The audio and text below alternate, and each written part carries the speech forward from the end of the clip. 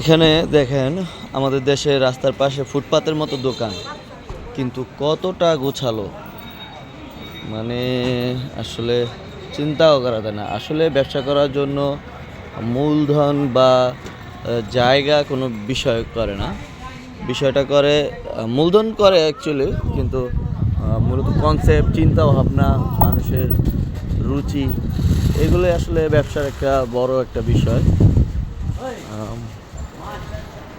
দেখেন কত সুন্দর সুন্দর ব্যাগের কালেকশন, এবং একটা রোড সাইডে কত সুন্দর সুন্দর করে সাজানো একটি দোকান, একটি না অনেকগুলো দোকান, অসংখ্য দোকান।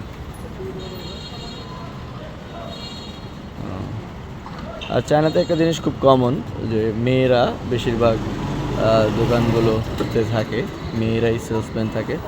সম্ভবত এমনটা হয়, হয়তো বা তাদের স্বামীরা ফ্যাক্টরিতে থাকে এবং তারা মালটাল নিয়ে ব্যস্ত থাকে, উৎপাদন বিষয় নিয়ে, আর তারা সেলিংটা দেখে। এটাই হয়তো বা একটা কমন ইস্যু হতে পারে, আই এম নট শিওর।